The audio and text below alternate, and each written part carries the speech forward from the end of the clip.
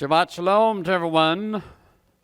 What a good day to be in the house of Yahweh on a new moon Shabbat.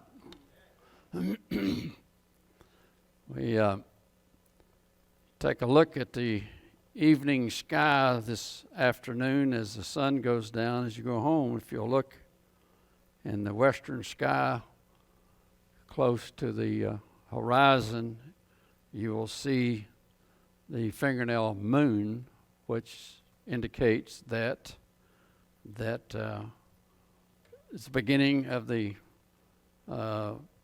day of the second day of new moon. That fingernail moon shows that the new moon is about a 1 day old. So that's why we're here on the first day of new moon, and we're going to be looking at some things hopefully that will help us to understand some more about the new moon and in actuality look at God's creation. You know, he is far superior to man's intellect and the creation that he created, how that he created all the stars and the moon and the sun and all these planets, and how they all are on their on different orbits and yet they never collide with each other. So it would, I would think it would take someone even superior to Einstein to be able to figure out how that those things would operate and to work. So we're just going to record this, and maybe at one time we'll put it on Facebook or whatever.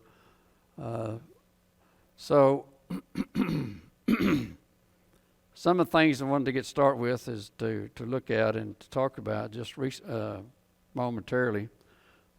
One is that, you know, we need to open with a word of prayer and to thank the Father for such a creations that we live in and such a world that He has created for our inhabitants here to inhabit this world. And it such a beautiful world, and we can imagine maybe how that it really looked in the creation, in the Garden of Eden and those types of things. That we know that there's beautiful places that we have seen here on this world, but just think about what it was really like before the sin of man and those types of things. And so we just also want to continue to lift up those that are sick, that are among us, and that you will put His hand of healing upon it. So, Father, we just praise You for all good things. We just praise You for the very essence of life that You breathe into us each day. We just thank You for the wonderful things that You have provided for us in this world, and that we know that there's many more things that we can look forward to, the things of the earth made new and the earth and heavens made new, and how beautiful that they will be. So we just thank You for these things. Ask You to go with us throughout this day. These things we ask in Yeshua's name. A couple of things I want to tell you about that's not really on this subject, but then it is. Saw a program, and y'all can go back and probably pick this program up. It's on Sunday morning at 10:30. It's the Berry Hills have a TV program every Sunday morning at 10:30. And what he does is interview a lot of different people around the world about the things that are taking place and about, you know, God and the gospel and these types of things. And this particular Sunday, it's on Channel 7. You might be able to look into their archives and see it. But anyway, he spoke to this gentleman that's one of the leaders of an organization called FirstLiberty.org, and you can look it up. They have a website, FirstLiberty.org. They are a organization that have been around for quite a number of years, maybe 50, 60 years, maybe even longer. And what they are made up of is lawyers that take on cases of religious freedom. And they also have the credentials to argue cases before the Supreme Court. And they just had a case that they argued before the Supreme Court that will have a tremendous meaning to us, those that love the Father and the liberties that He has established originally for us and to us. You know, we've we've got to the point where, you know, that there's laws and people have sued cities and countries and so on and so forth for like prayer in the schools, like nativity scenes on public property, on the city's property and the state's property, the gathering of people by the state or the country for religious purposes, under the guise of the separation of church and state. And we know that the Constitution just says, what it says is that the state is not to set up a state religion like it was in the old country of England and so forth, in the Catholic Church. That's really what the Constitution says, but it's been made to say that it's anything that has to do with God, and that you can't do it. And this has been based on a case that was brought over 50 years ago. It's called the Lemon case. You might want to look it up, but because of that Lemon case that went to the Supreme Court, they ruled that the states and the government could not have any type of religious, couldn't have the Ten Commandments at the courthouse lawn, and nativity scenes for Christmas, all these types of things. No prayer in the school. That's where this no prayer in the school began, was because of this case, the Lemon case. So these group of lawyers took a case to the Supreme Court concerning religious freedom, and the court agreed with them that this was not what the Constitution was trying to say. And so as a result of that, we can now have these things in our public school, prayers and all these other types of things. This is something that just recently happened, and so it'll be a while before that word gets out, I think. But I thought it was very interesting, and it was only been done because of the conservative judges that have been appointed to the Supreme Court. They think and believe that originally it was meant for was that God was to be in our presence, not that we were to take God totally out of everything, but that just the state was not to set up a state religion. So if you get a chance, you might go on their website, and I would maybe even suggest you maybe support this organization with donations or whatever it might be, and that because they are fighting for the religious freedoms of us individually in America. So that was the man that was on there. Jamie was interviewing him, and that's what he was talking about. And this was something that just happened recently. So something that I thought I might let y'all know and that y'all can look into and share it with people that you come in contact with. Okay. So one of the things I want to start with, I run across this. This was this is also a website that I look at occasionally. It's called Earth-Sky, and they talk about astronomical happenings.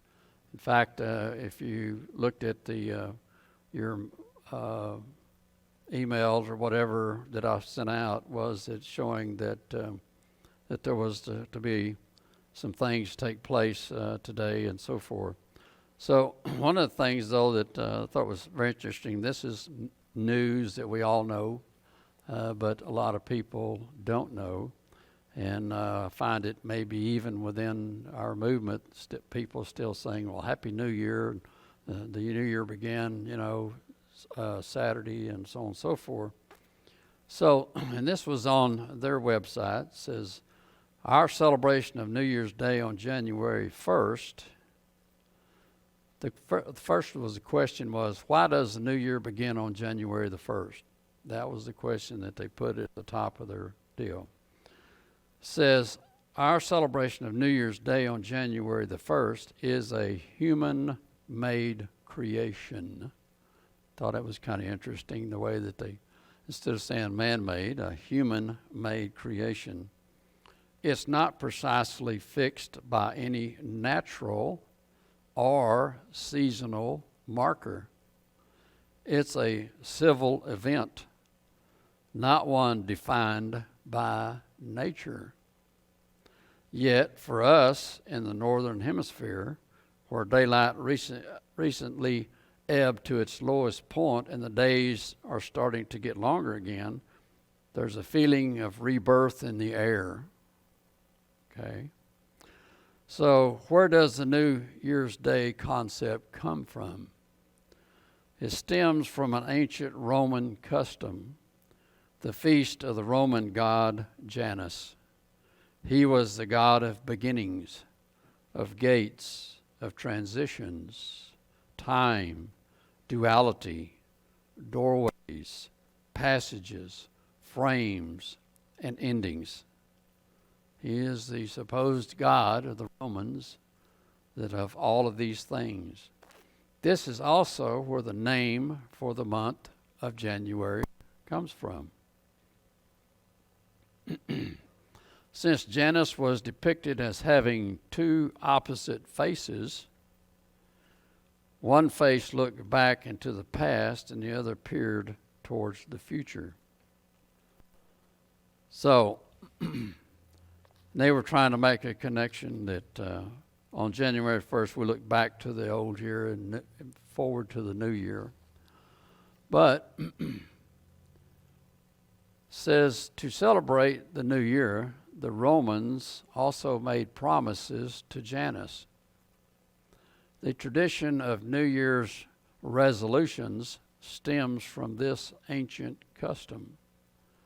On January the 1st as the year began, it was customary to exchange cheerful words of good wishes. Shortly afterwards, on January the 9th, the Rex Scrotum, a priesthood associated with the Roman Senate, offered the sacrifice of a ram to Janus. So, but we know that God has a true calendar that he put from in creation. When we read Genesis 1 and 2 and 3 and all through there, that time of period of creation also set forth the beginning of the year, the beginning of the month, and the beginning of the week. So we see that that man has changed these things. As he said, it was human-made creation. So, of course, and those things were prophesied of in the scriptures from old. When we read in Daniel 7:25, says, and he shall speak great words. I'm going to back up to 24. And the 10 horns out of the kingdom are 10 kings that shall arise, and another shall rise after them. And he shall be diverse from the first, and he shall subdue the 3 kings. And he shall speak great words against the Most High, and shall wear out the saints of the Most High, and think to change times and laws. And they shall be given into his hand until a times, and a dividing of times.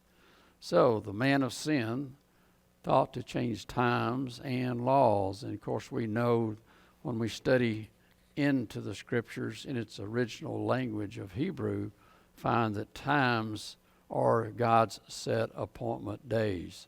The seventh-day Sabbath and all of his feast days are known as moads, and they are a set appoint time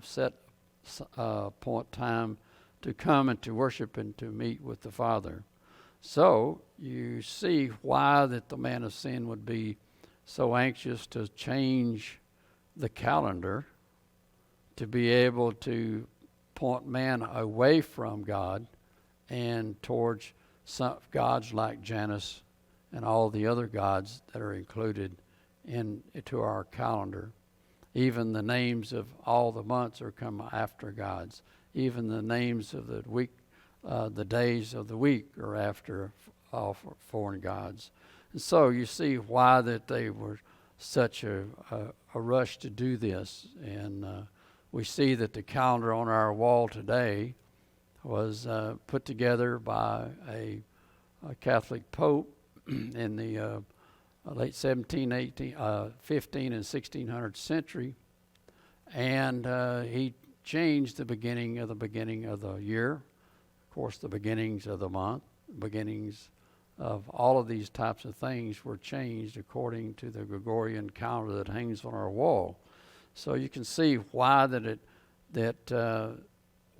did it was to get away from all of God's days and to set up the days of the Catholic Church, like Easter and Christmas and all these different types of days that you can look and find the origin of in any encyclopedia, or you probably never read an encyclopedia, so go online, Google online, Christmas, Easter, all these different types of things, and you'll find that these are the days that have replaced God's days.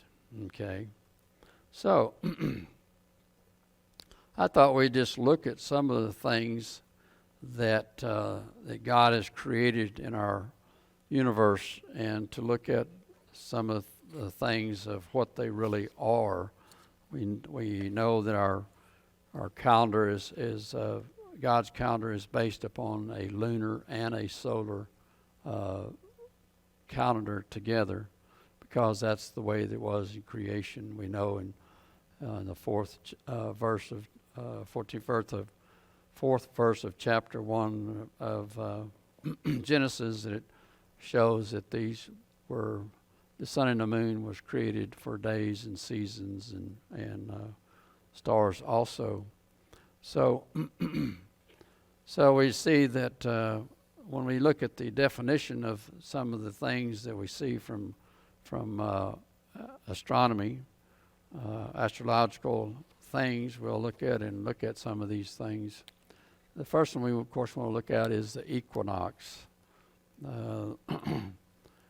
The equinox are very important signs of the times of the season or the times of the year that they occur. It says there are only 2 times of the year when the Earth's axis is tilted neither towards nor away from the sun, resulting in a nearly equal amount of daylight and darkness at all latitudes.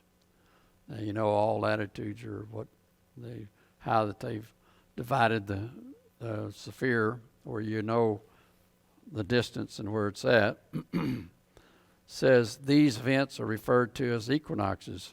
The word equinox is derived from 2 Latin words, aequus, which means equal, and nox, meaning night. At the equator, the sun is directly overhead at noon on these 2 equinoxes. The nearly equal hours of day and night is due to refraction of sunlight, or a bending of the light's rays that causes the sun to appear above the horizon when actually the position of the sun is below the horizon. Additionally, the days become a little longer at the higher latitudes, those at a distance from the equator, because it takes the sun longer to rise and set. Therefore, on the equinox and for several days before and after the equinox, the length of days will range from about 12 hours 6.5 minutes at the equator to 12 hours and 8 minutes at 30-degree latitude to 12 hours and 16 minutes at 60-degree latitude. So the equinox is actually an event that takes place actually right over the equator. Of course, the equator is the middle of the earth. So when the sun is directly over it, it is dividing the time on each side of the equator of day and night, light and darkness. So, so we're going to look at the seasons. What has this got to do with it? How does the seasons come about? It says we all know that the earth makes a complete revolution around the sun once every 365 days, following an orbit that is elliptical in shape. This means that the distance between the earth and the sun, which is 93 million miles on average, varies throughout the year. During the first week in January, the earth is about 1.6 million miles closer to the sun. This is referred to as the perineum. The aperinium, or the point at which the earth is about 1.6 million miles further away from the sun, occurs during the first week in July. Okay? This fact may sound counter to what we know about seasons in the northern hemisphere. Now, we live in the northern hemisphere, but actually the difference is not significant in terms of climate and is not the reason why that we have seasons. It's interesting. Seasons are caused by the fact that the earth is tilted on its axis by 23.5 degrees. Now, I believe that the scripture kind of points out that prior to the flood, that the earth didn't tilt on its axis because they had never seen rain, for one thing. It was a dew that come up from the ground, and it also the barometric pressure was quite a bit higher, causing things to grow larger. So I think because of the flood that it was tilted a little bit to create more differences in temperature and so forth. Says also this tilt is called a wobble by some people because the earth is on this tilt, but it's also on an orbit that makes it move back and forth. Says the tilt's orientation with respect to space does not change during the year. Thus, the northern hemisphere is tilted toward the sun in June and away from the sun in December, as illustrated in the graphic that I'm going to show you. So that's basically why it's cooler and colder in the winter than it is in the summer, because the sun's rays bounce off of the earth in the winter. You don't get so much direct sunlight and direct heat right upon the earth itself. So this next one here is the actual diagram showing you this 23.5 degree tilt, and it shows that the autumnal equinox and the vernal equinox, and we know that the vernal is in the spring, the autumnal is in the autumn. So there's two equinoxes each year. They say March 2021, but it will vary a little bit from that, but also kind of is where that you're also living in also, because it, like it was showing that the hours distance, between the sun and the earth varies out these times. So, and you'll see that there's also called solstice. There's a winter solstice and a summer solstice. So we're going to look at some of those things too, the solstices, and see what they really have to do with this. We know that the earth stands in the middle, and the sun stands in the middle, and we rotate around the sun. It says, this is the next one we're going to look at here, is the relationship between length of days and temperature. says there is a lag between the longest day of the year and the warmest average temperatures for most mild, mid, and high latitude locations in northern hemisphere.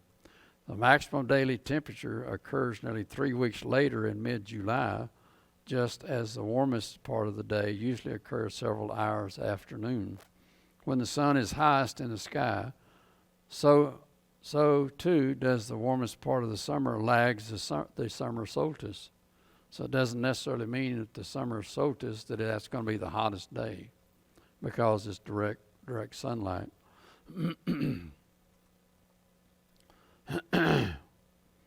Says average temperatures continue to climb until the sun droops lower in the sky, while says this lag is due to the time required for the ground and the water to heat up. Average temperatures continue to climb throughout the day. While the effect is evident in a daily temperature plot, it is more readily apparent by looking at changes in the monthly average temperatures. In Cleveland, July averages 3.3 degrees higher than June, with August also warmer than June by 2.8 degrees, even though the length of the days in August is considerably less than the length of days in June. So there is the relationship between the length of days and the temperature there is shown. So we're going to look at the next one here. This is the Earth equinoxes and solstices. Okay. The Earth axis is always tilted at an angle of about 23.45, so it never changes. It's always tilted. Okay. But it just, as it rotates, it's tilting back the other direction, even though it's the same. But it's because it's the way that the eclipse is, elliptic orbit that it is in. So it's interesting in the March equinox how that there is the difference in the amount of days in these solstices. So in other words, if you're looking right there, it shows that from March to June, there's about 92.8 days from the equinox to the solstice, okay? And if we go on around, it shows from the June solstice to the September equinox is about 93.6 days. So they're not exactly the same. Each season is not the exactly linked, and it varies. So show from September equinox around to December solstice is 89.8 days. And then from there on back to the March equinox is 89 days long. So those are your 4 seasons that you're looking at, but you're looking at them in length of days are not exactly the same. So these are just facts that may or may not be interesting to you, but it just shows how that our Earth operates, how that God has set these things. Says the next one is Earth's orbit, axial tilt, and the seasons. It's another one that's similar to this. On it shows the Apollon and the perihelion. What's the distance between the sun and the Earth are at these particular times of the year, and of course that would have also have to do with temperature-wise too, because it shows that in your summer solstice that the sun is closer or further away, actually further than because it's the way that it's tilted. Says, all right, we're going to go on to the next one. This is an equinox. Says this is just an actual visual that we were talking about what an equinox really is, where it's counted at. It says at the equinox, the sun is overhead at the equator, and the days and the nights are of equal duration.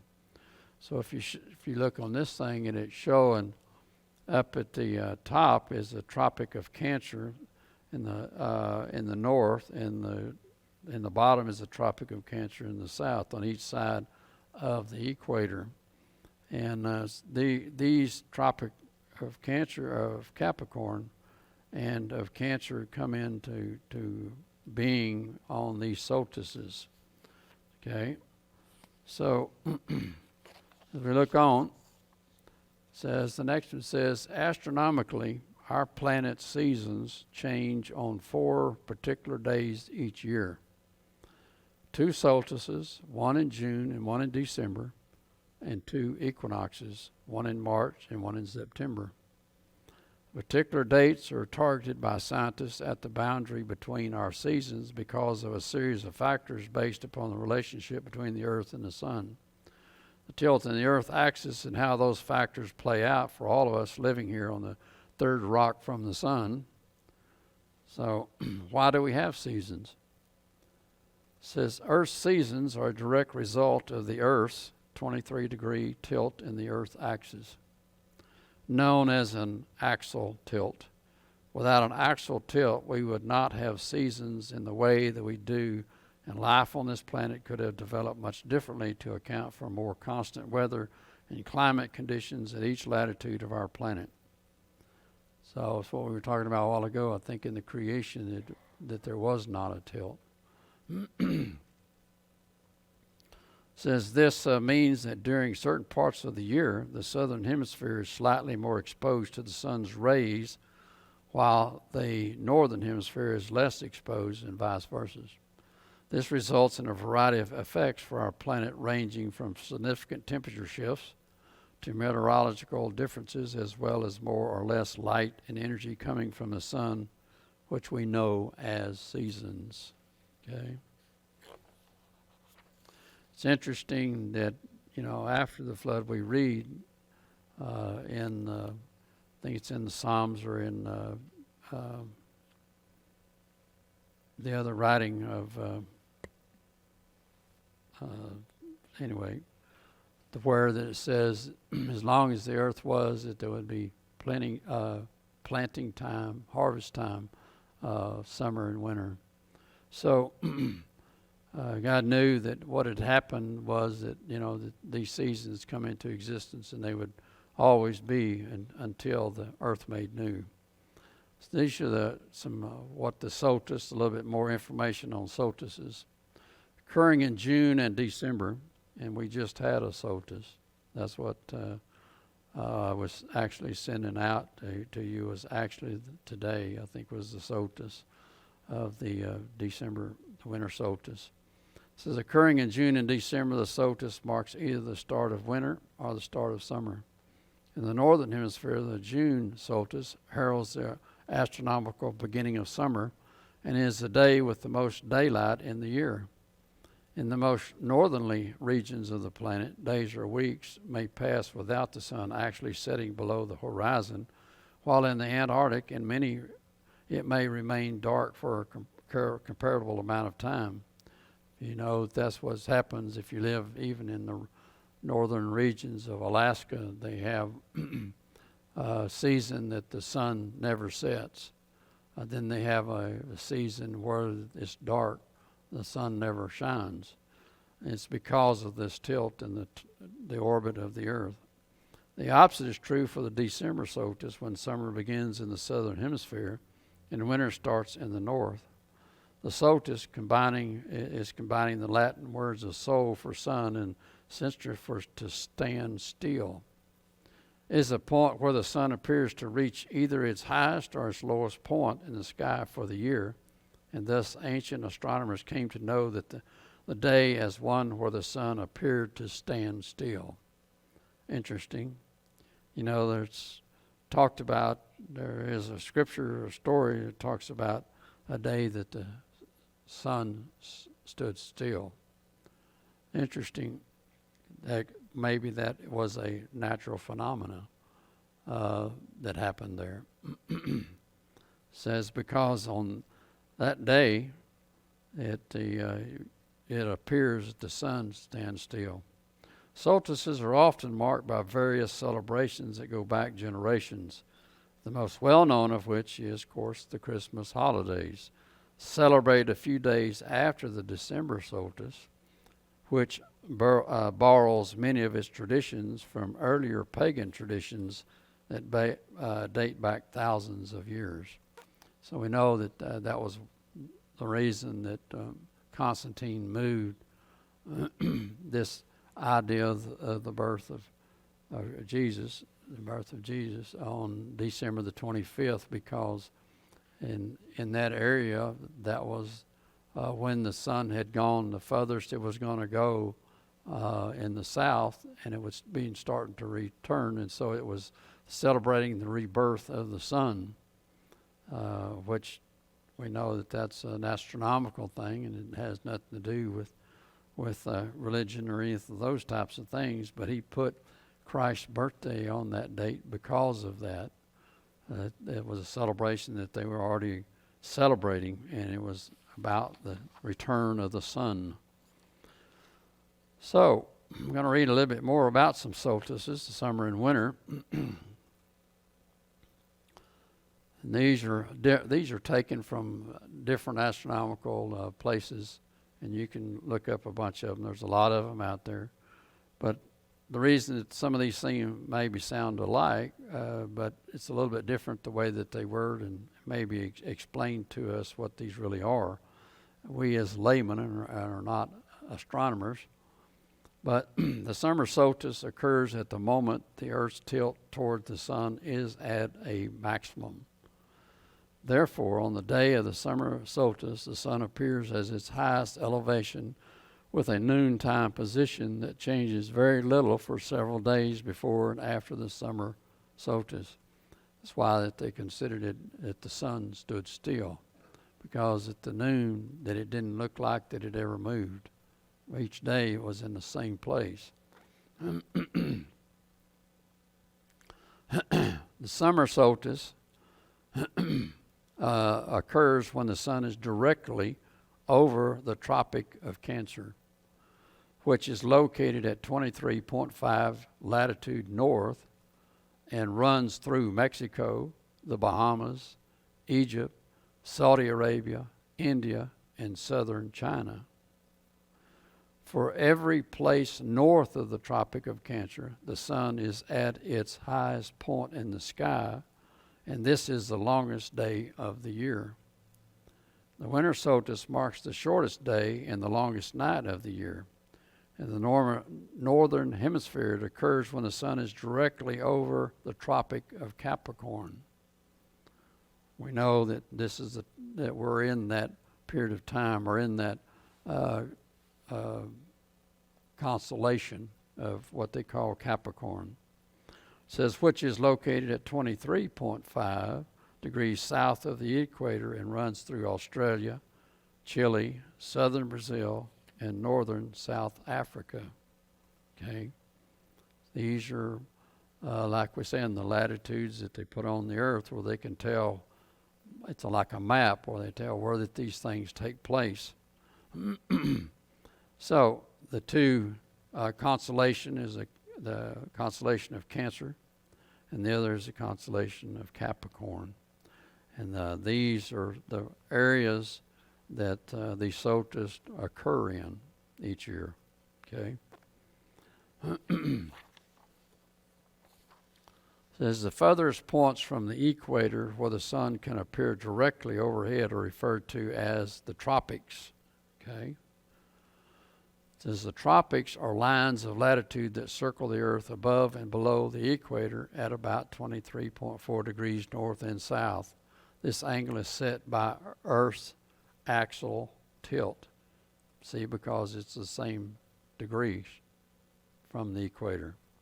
There are two moments each year when one of Earth's poles is tilted the most toward the sun, and the sun lies directly above one of the tropics. These moments are called the solstice.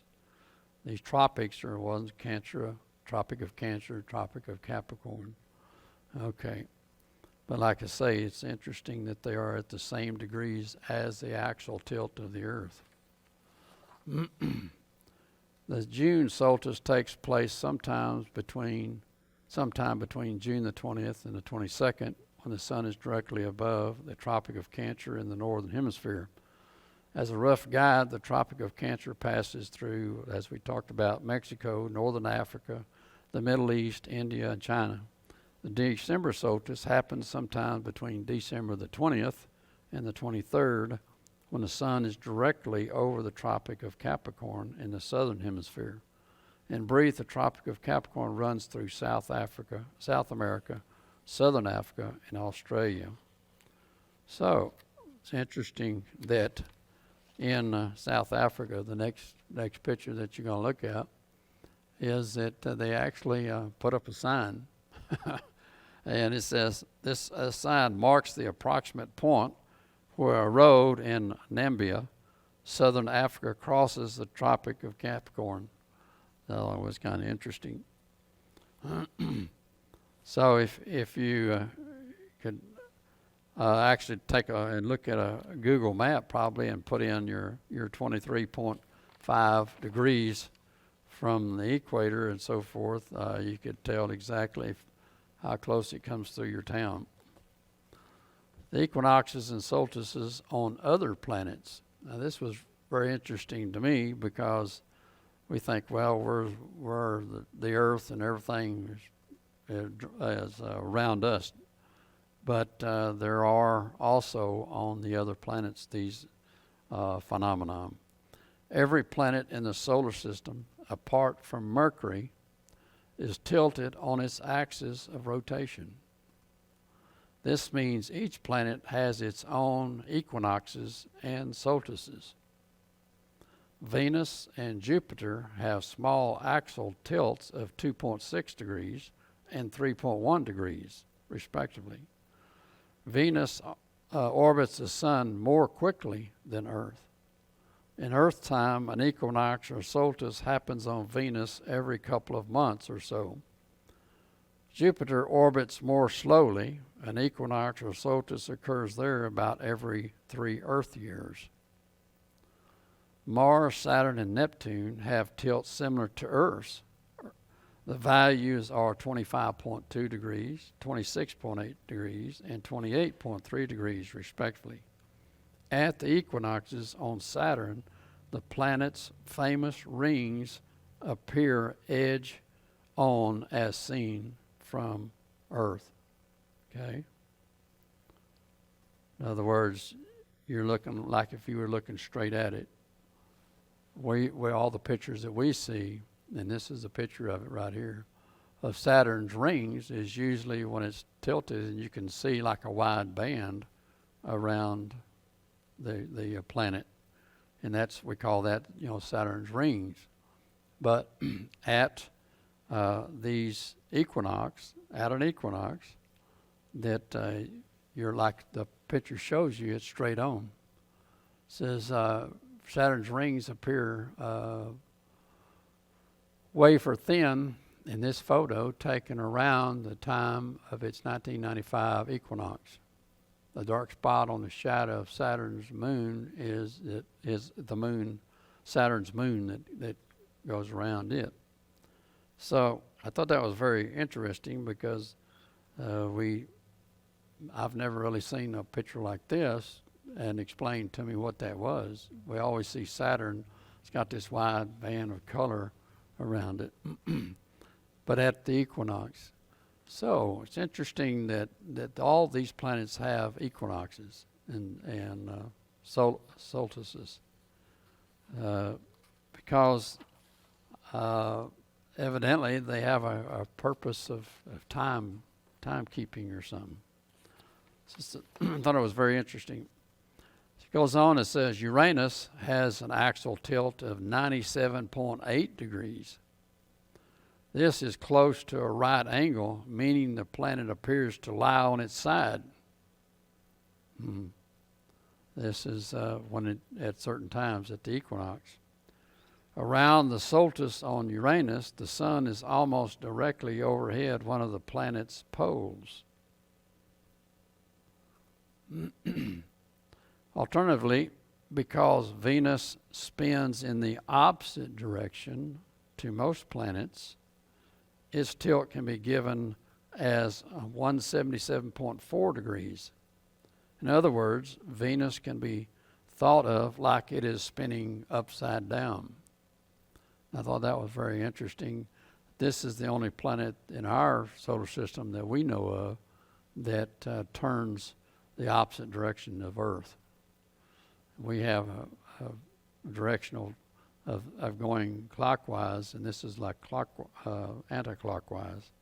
So, so when it particularly at these solstices and so forth, it looks like it's spinning upside down. All right, you got the perennial and the aphelion.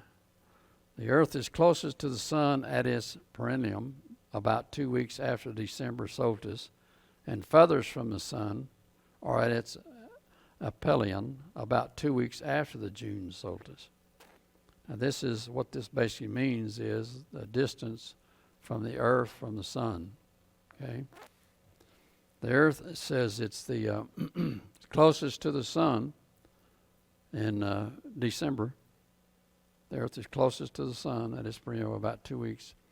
And you think, well, gee, should be hot in December, in the winter. Should be hot because we're closer to the Sun. But the problem is that the Earth is tilted away, the furthest away from the Sun. So, changing elliptical orbit. The Earth orbits the Sun in an elliptical path, which means that there is one point on the path closest to the Sun and one point that is furthest away from the Sun, because it's not a direct circle. It has an elliptical path of it. And that's what it shows, this next one right here, the January perineum and the July perineum.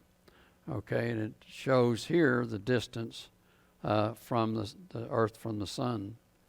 The difference is in there showing it. So, as we move on, I know this might be a little boring, but I thought it might be interesting to look at, because it is a thing that God created, and that it's for a purpose. Orbit changes shape. This path's shape varies due to the gravitational influences of other planetary objects, particularly the moon. Approximately every 100,000 years, now I don't know how they figured this, but they did, the Earth's orbital path changes from being nearly circular to elliptical. The difference of the Earth's orbit shape from a perfect circle is known as an eccentric. An eccentric value of 0 is a circular orbit, while values between 0 and 1 describes an elliptical orbit. It says Monday, January the 3rd, which is today, at 11:52 p.m., the distance from the Sun's center to Earth's center will be 91,406,842 miles. So that's how close we are to the Sun today, because we're in that perineum area where we are that distance. So this next thing shows there is a chart that shows on each past all the way back, all the way up to 2026, the day that these perineum and the aphelion occur, and what the distance will be. And you can see the differences that the Earth is closer to the Sun in January than it is in July. So, which is a good thing, even though we think, man, it's really hot in the summer. Just think if we were at the same distance at that time of the year that we are in January, how hot it would really be. So, July 4th is coming this year. July the 4th this year will be at 94 million miles away from the Sun. And it goes on. All right. Okay. Is the timing a coincidence? This is due to variations in the eccentricity of the Earth's orbit. The dates when the Earth reaches its perennium or aplennium are not fixed. In 1246, the December solstice was on the same day as the earth reached its perennium. Okay. Since then, the perennium and the aplennium dates have drifted by a day every 58 years. In the short term, the dates can vary up to 2 days from one year to another. Mathematicians and astronomers estimate that in 6,430, over 4,000 years from now, the perennium will coincide with the March equinox. Now, I thought that was pretty interesting. I wonder if you went back 4,000 years, would it possibly be at the March equinox? Just thought it was pretty interesting to look at.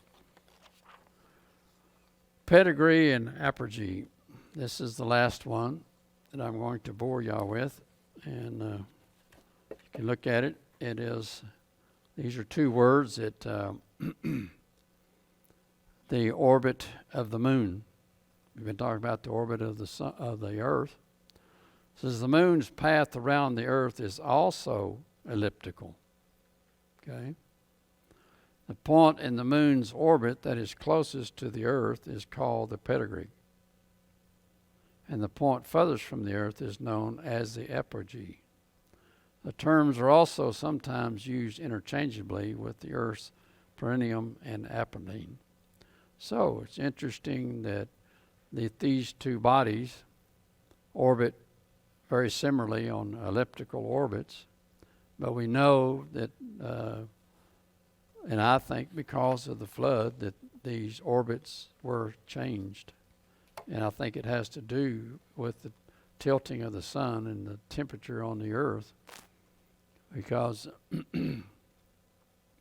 the distance, the time that it takes for the moon to go on its orbit and go around the earth is 354 days. And the same thing with the earth going around the sun is 365 days. So that's why that there is a discrepancy in a calendar. If you use lunar and solar, then there's 11 days difference in the length of the orbits, and that creates a problem. Whereas in creation, those orbits were at the same time. They were together. That the year consisted of 360 days for the solar and 360 days for the lunar. They were together because we can see that in Genesis when both of these were created on the same day. So if they were the beginning together, then every year they should be together. And they were to point out the beginning of time, beginning of the month, beginning of the year. So what points out the month is the lunar, the moon. What points out the year is the solar, the sun. Those two were together on the day of creation. So because of the flood and because of this tilt of the earth and the changing of the length of the orbits, we've got 11-day discrepancy. And that's why that it makes it a little bit harder to calculate God's calendar. And this is one of the main reasons, too, that they got away from a solar lunar calendar. And all the calendars that are out there, except for the Muslims, are a solar calendar, strictly. The Muslims have a lunar calendar only. There's no solar part about it. But what happens if you go on a lunar calendar totally without the solar, then they get totally away from each other. All of your feast days and things begin to roam around the year, and the big celebration is Ramadan, and if in their calendar that thing rotates around the year, It's never in the same season of the year because of this lunar calendar, because of this 11 days discrepancy. And that's why that when you have a lunar and solar calendar, like God's calendar was set up originally, you have to make provisions for that 11 days difference. And that's why that there is a month that's added to the calendar about every 3 to 4 years to bring those two things back together in the spring and back together. If you don't, then you're going to start having Passover at all kinds of times during the year and not at the first month of the year. So these things were interesting to me to look at. I know some of it is scientific, some of it may be even boring, but it just shows that God's in control. He created these things for a reason and a purpose, and He put them where man couldn't mess with them physically, but they are messing with it otherwise. That's why that they want you to not look into the sky, not look to the moon or the sun or whatever, and to follow their calendar. In fact, if you go into Wikipedia or any other place and look up the Gregorian calendar, it will tell you that it is an ecclesiastical calendar. Ecclesiastical means that it is a church calendar. It's not a calendar for all people. It is a church calendar for the Catholic Church, basically. And so all of those days that we see on the Gregorian calendar are church days that they put into existence to keep our mind occupied with those things and not with God's time.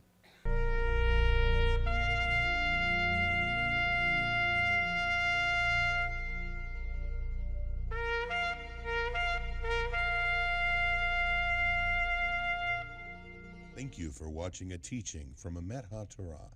If you are ever in the Odessa area, we would love to welcome you to our Shabbat service, 11 a.m. every Sabbath. For more information or for more teachings, feel free to find us on the web, www.emethatorahodessa.com.